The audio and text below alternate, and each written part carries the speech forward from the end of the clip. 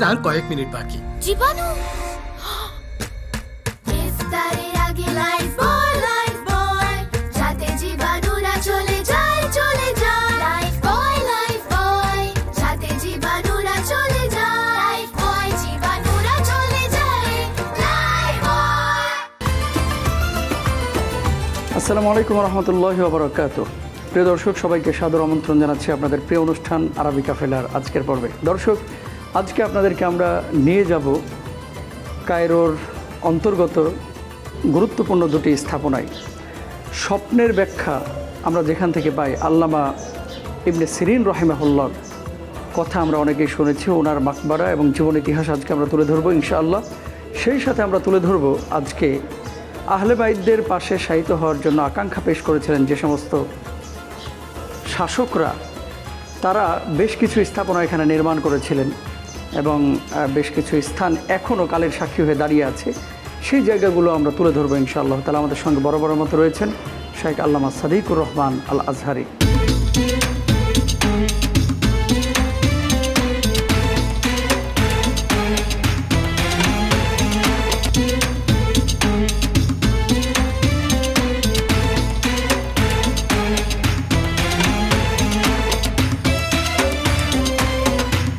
Title sponsor Lifebuoy. Award by Prawn Recipe Meat. Co-sponsor Shima State SARM. আমরা এখন মোহাম্মদ ইবনে সিরিনের মাকবারার পাশে রাহিমাহুল্লাহ আমরা দাঁড়িয়ে আছি। সম্মানিত শেখ, আপনি যদি বলতেন স্বপ্নের ব্যাখ্যার ক্ষেত্রে ওনার যে অবদান এবং যে লেখনে, এ বিষয়ে যদি বলতেন এবং ওনার জীবন ইতিহাস সম্পর্কে আমাদের সামনে কিঞ্চিত যদি পেশ করতেন। আলহামদুলিল্লাহ রাব্বিল আলামিন والصلاة والسلام على أتمان الأكملان المتلازمان ثم أما بعد। আমরা আজকে এমন একটা জায়গায় এখন দাঁড়িয়ে আছি, মুহাম্মদ বিন সিরিন আলাইহির রাহমা, যিনি এই পৃথিবীর বিখ্যাত একজন তাবেঈ ছিলেন, সুপ্রসিদ্ধ একজন তাবেঈ ছিলেন। 32 হিজরিতে যিনি জন্মগ্রহণ করেছিলেন এমন সুপ্রসিদ্ধ একজন তাবেঈ। অসংখ্য হাদিস বুখারী, মুসলিম এবং সিহহাহুস সিত্তা, কুতুব সিত্তার ভিতরে অসংখ্য হাদিস ইমাম ইবনে সিরিন রাহিমাহুল্লাহর হাদিসগুলো এসেছে। আমরা যদি হাদিসের কিতাবগুলো দেখি, ইমাম ইবনে সিরিন রাহিমাহুল্লাহর অসংখ্য হাদিসের খিদমত আমরা দেখতে পাই। ফিকহুল ইসলামিতে অসংখ্য অবদান তিনি রেখেছেন। আমরা যে মাসআলা মাসাইল বলি, অনেক অবদান ওনার। তাফসীরের ক্ষেত্রে এত বেশি অবদান রেখেছেন। তাফসীরুল আহলাম, স্বপ্নে কি দেখার পরে কি হওয়া সম্ভব, নবীজি সাল্লাল্লাহু আলাইহি ওয়াসাল্লাম বলেছেন কোন স্বপ্ন দেখলে কি হতে পারে। ইমাম ইবনে সিরিন আলাইহির রাহমা এই সকল বিষয়ে সবচেয়ে বেশি লিখে গেছেন। ইমাম ইবনে সিরিন রাহিমাহুল্লাহ 32 হিজরিতে জন্মগ্রহণ করেছিলেন বাসরায়। এজন্য ওনার নাম আবু বকর মুহাম্মদ বিন সিরিন আল বাসরি, এবং উনি 110 হিজরিতে ইন্তেকাল করেছিলেন। ইমাম ইবনে সিরিন আলাইহির রাহমা সম্পর্কে সাহাবাই কারামের মধ্যে আবু হুরায়রা রাদিয়াল্লাহু তাআলা আনহু, আনাস বিন মালিক রাদিয়াল্লাহু তাআলা আনহু, আব্দুল্লাহ বিন ওমর রাদিয়াল্লাহু তাআলা আনহু অত্যন্ত সিকা মনে করতেন, নির্ভরযোগ্য মনে করতেন। এমন একজন প্রখ্যাত তাবেঈ একেবারে জীর্ণ শীর্ণ একটা জায়গায় আমরা আপনাদেরকে দেখাচ্ছি। নিশ্চয়ই ছোট্ট একটা জায়গা, যেখানে দাঁড়িয়ে অথবা বসে কথা বলা যায় না এবং কথা বলার মতো তেমন কোনো স্পেস নেই। অনেক পুরাতন একটি কবর। জি। এবং স্বপ্নের ব্যাপারে সবচেয়ে গুরুত্বপূর্ণ যে বিষয়টি আমি শেখ আপনাকে বলতে চাই এবং দর্শকদেরও জানা ভালো, আমরা অনেক সময় স্বপ্ন দেখলেই যে কোনো ব্যক্তির কাছে এসে স্বপ্নের কথাটা বলে ফেলি, আমি এমনটা স্বপ্ন দেখেছি। অথচ স্বপ্নের বিষয়টা এতটা সেন্সিটিভ, স্বপ্নের বিষয় আপনি সচরাচর না জেনে কাউকে বলবেন না। জি। ইমাম বুখারী আলাইহির রাহমা, উনার আম্মা স্বপ্ন দেখলেন যে ইমাম বুখারীর পেটটা বড় হয়ে গেছে। উনি সেই সময় আবিদি আলাইহির রাহমার কাছে গিয়ে বললেন, আমি তো এমনটা স্বপ্নে দেখেছি। তখন ব্যাখ্যা করা হলো যে আপনার ছেলে জগৎ বিখ্যাত একজন আলেম হবে। সুবহানাল্লাহ, সুবহানাল্লাহ।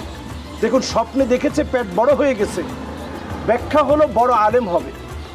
ইমাম বুখারী আলাইহির রাহমা তিনি ছোটবেলাতেই স্বপ্ন দেখলেন নবীজি সাল্লাল্লাহু আলাইহি সাল্লাম শুয়ে আছেন, উনার মুবারক শরীরের উপর থেকে মাছিগুলো তিনি তাড়িয়ে দিচ্ছেন। ইমাম বুখারী আলাইহির রাহমা তিনি বললেন যে যে আমি এই স্বপ্ন যখন আবিদি আলাইহির রহমার কাছে বললাম, আমার উস্তাদের কাছে যখন গিয়ে বললাম, আমার উস্তাদ বলল তুমি জগৎ বিখ্যাত একজন আলেম হবে। রসুল করিম সাল্লাল্লাহু আলাইহি ওয়াসাল্লামের নামে যারা মিথ্যাচার করেছে, নিন্দুকের ওই মিথ্যাবাদ তুমি তোমার কিতাব দিয়ে মুছে দিতে পারবে। আল্লাহ রাব্বুল আলামিন এমন কিতাব ইমাম বুখারী আলাইহির রহমাকে লেখার তৌফিক দিলেন, আসাহুল কিতাব বা'দা কিতাবিল্লাহি তাআলা। এই আসমান এবং জমিনের মধ্যে, আসমানের নিচে জমিনের উপরে কোরআনুল কারীমের পরে সবচেয়ে অথেন্টিক আর নির্ভরযোগ্য কিতাব হচ্ছে সহিহুল বুখারী আর সহিহ মুসলিম।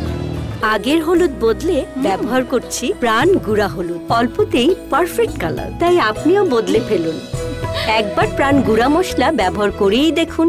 তো যে কথাটা বলছিলাম, স্বপ্ন সবাইকে কিন্তু বলা যাবে না। স্বপ্ন বলার ক্ষেত্রে অত্যন্ত লক্ষ্য রাখতে হবে যে আমি স্বপ্নটা কাকে বলছি, কার সামনে গিয়ে আমি স্বপ্নের কথাটা বলছি, এই বিষয়টা খেয়াল রাখতে হবে এবং 3টা সময় খেয়াল রাখতে হবে কোন সময় আমি স্বপ্নটা দেখি। জি, আপনার কাছে আরেকটি বিষয় জানতে চাচ্ছি, সেটি হচ্ছে দীর্ঘ আমরা আলোচনা শুনছি আপনার কাছ থেকে। স্বপ্ন অনেক সময় আমরা সাপ দেখি, অনেক সময় বিয়ের স্বপ্ন দেখি, অনেক সময় ধ্বংসাত্মক অনেক কিছু দেখি, অনেক সময় দেখা যাচ্ছে কথা বলতে পারছি না, তারপরে রাত্রিবেলায় ছোট ছোট বাচ্চারা ভয়ের স্বপ্ন দেখছে। এই ধরনের স্বপ্নগুলোর ক্ষেত্রে ইবনে সিরিন রাহিমাহুল্লাহর কোনো বক্তব্য বা হাদিসের কোনো বক্তব্য আছে কিনা? খুবই চমৎকার একটি বিষয়। আমরা ইমাম ইবনে সিরিন আলাইহির রহমা, স্বপ্নের উপরে যিনি সর্বপ্রথম তাফসীরুল আহলাম লিখে গেছেন, ওনার জীবনের অনবদ্য রচনাগুলোর মধ্যে এটি একটি। সেই ইমাম ইবনে সিরিন আলাইহির রহমা তিনি বলেছেন, হাদিস থেকে সরাসরি স্বপ্নটা 3 প্রকার। একটা হচ্ছে যখন আপনি মাত্র ঘুমালেন, ঘুমানোর পরেই শয়তান আপনার সাথে বিভিন্ন ধরনের দুষ্টামি করবে। আপনাকে হয়তো গলা টিপে ধরেছে, আমরা এটাকে বোবা জিন বলি। জি। অথবা আপনি দেখবেন যে আপনি ছাদ থেকে পড়ে যাচ্ছেন, সাপ আপনাকে দৌড়াচ্ছে। এগুলো সব হচ্ছে লা'বুশ শয়তান। শয়তান অনেক আকৃতি ধারণ করতে পারে। তো ঘুমের যোগে এসে আপনাকে নানাভাবে শয়তান এই ভয়গুলো দেখানোর চেষ্টা করবে। ছাদ থেকে আপনাকে ফেলে দিচ্ছে, কেউ আপনাকে অস্ত্র দিয়ে আঘাত করতেছে। ঘুমানোর সঙ্গে সঙ্গেই যদি এই জাতীয় স্বপ্ন দেখেন, এই জাতীয় স্বপ্নের নাম লা'বুশ শয়তান। আরেকটা স্টেপ হচ্ছে খেয়ালুল ইনসান, মানুষ যেটা চিন্তা করে ওইটাই স্বপ্ন দেখে। যেমন আপনি হয়তো চিন্তা করেছেন যে কেউ আপনার ক্ষতি করার চেষ্টা করছে, এইগুলো আপনি দেখার পর, আপনি চিন্তা করার পর এই চিন্তা মাফিকে আপনি স্বপ্ন দেখা শুরু করেন, এটাকে আরবিতে বলে খেয়ালুল ইনসান। আরেকটি স্বপ্নের প্রকার হচ্ছে আল্লাহ রাব্বুল আলামিন বুশরা মিন ইনদিল্লাহি আযজা ওয়া জাল, আল্লাহর পক্ষ থেকে আল্লাহ তাআলা শুভ সংবাদ দিয়ে থাকেন। এটা অনেক বড় বিষয়। শুভ সংবাদ কেমন? আল্লাহর পক্ষ থেকে আল্লাহ তাআলা শুভ সংবাদ দেন। এটা একেবারে শেষ রাত্রিতে ফজরের আগ মুহূর্তে মানুষ দেখে থাকে। ফজরের আগ মুহূর্তে চোখে একটু ঘুম ঘুম ভাব, হঠাৎ করে আপনার ঘুমটা ভেঙেছে, আযানের ধ্বনি কানের মধ্যে এসেছে, ওই সময়ের স্বপ্নটা সবচেয়ে সত্যে পরিণত হয়।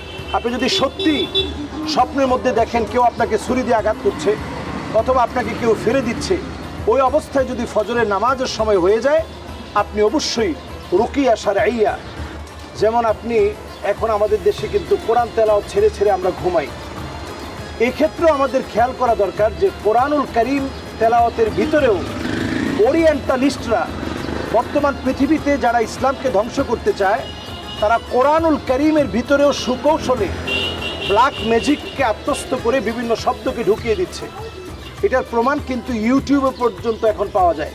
কাজেই আমরা অথেন্টিক যে সমস্ত সাইটগুলো আছে, সেই সাইটগুলো থেকে আমাদের বাচ্চাদের রুমে আমরা কোরআন তেলাওয়াত ছেড়ে রাখি।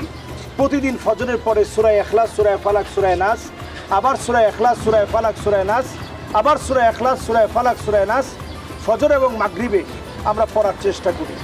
এবং যেটা বুশরা মিন ইনদিল্লাহ, আমার কাছে মনে হচ্ছে যে আমি ভালো কিছু দেখেছি। আমি আমার মা, আমার বাবা যারা দুনিয়া থেকে চলে গেছে অথবা দাদা দাদি দুনিয়া থেকে চলে গেছে, তাদেরকে হাসুজ্জ্বল অবস্থায় দেখেছি। আমি তাদের জন্য আল্লাহর কাছে দোয়া করতে থাকি। তাদেরকে যদি আমি কান্নারত অবস্থায় মলিন চেহারার অধিকারী দেখি, তাহলে তাদের জন্য আমরা সদকা করার চেষ্টা করি। এই কাজগুলো আমরা করব। ধন্যবাদ। প্রিয় দর্শক, সময় হয়েছে ছোট্ট একটি বিরতিতে যাবার। বিরতির পরে আবারও ফিরছি, আশা করছি আমাদের অপেক্ষায় থাকবেন ইনশাআল্লাহ।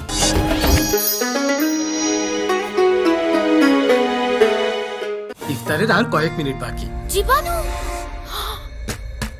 ইফতারের আগে লাইফ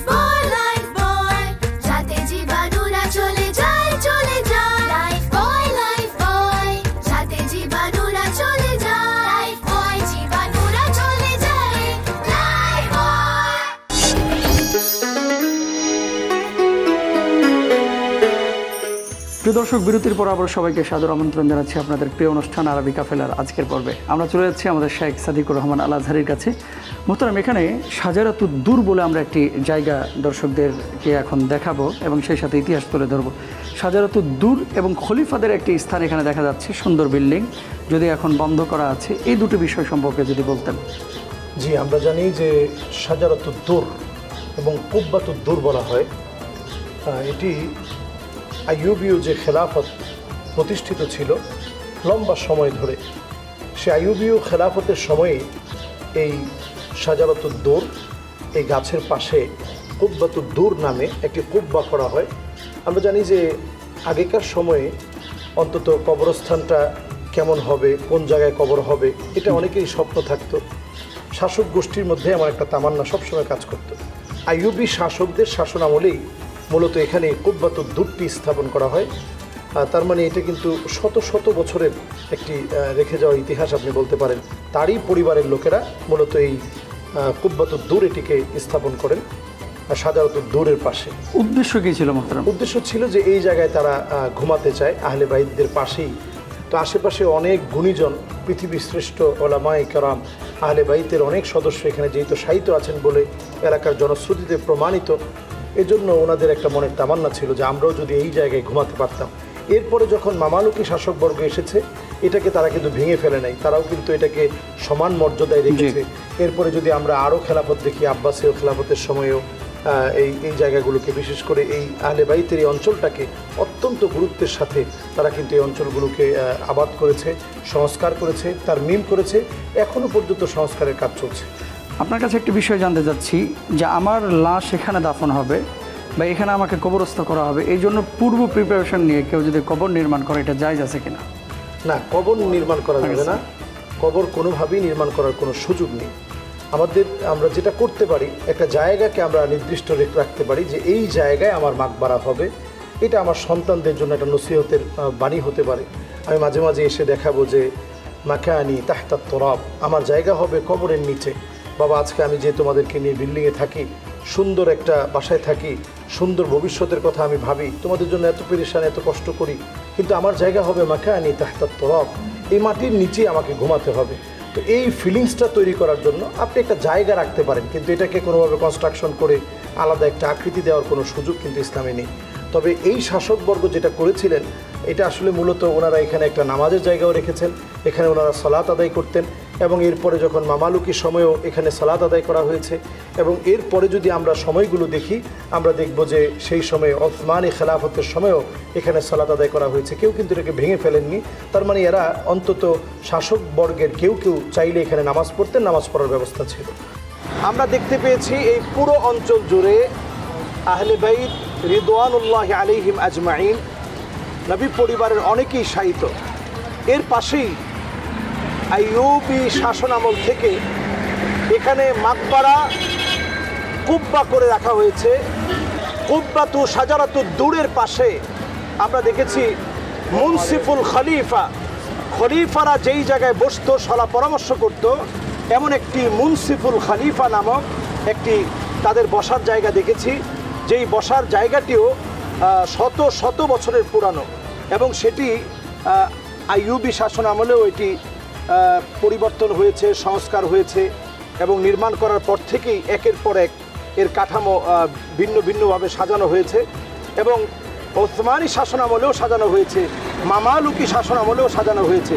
এর ভিতরে ছোট্ট একটা মসজিদ ছিল, যে মসজিদের ভিতরে এক সময় শাসকরা যদি গুরুত্বপূর্ণ কোনো মিটিংয়ে আসতো, তারা বসে সলা পরামর্শের পরে এখানে বসেই সালাত আদায় করত।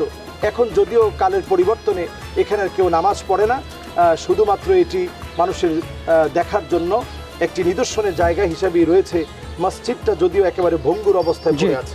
ধন্যবাদ সম্মানিত শেখ, জাযাকাল্লাহু খায়র। জাযাকাল্লাহ খায়র। প্রিয় দর্শক, দেখছিলেন আপনাদের প্রিয় অনুষ্ঠান আরবি কাফেলা। আহলে বাইতের সদস্যদের নিয়ে আজকে অনেক কথা হয়েছে। আসসালামু আলাইকুম ওয়া রাহমাতুল্লাহি ওয়া বারাকাতুহু।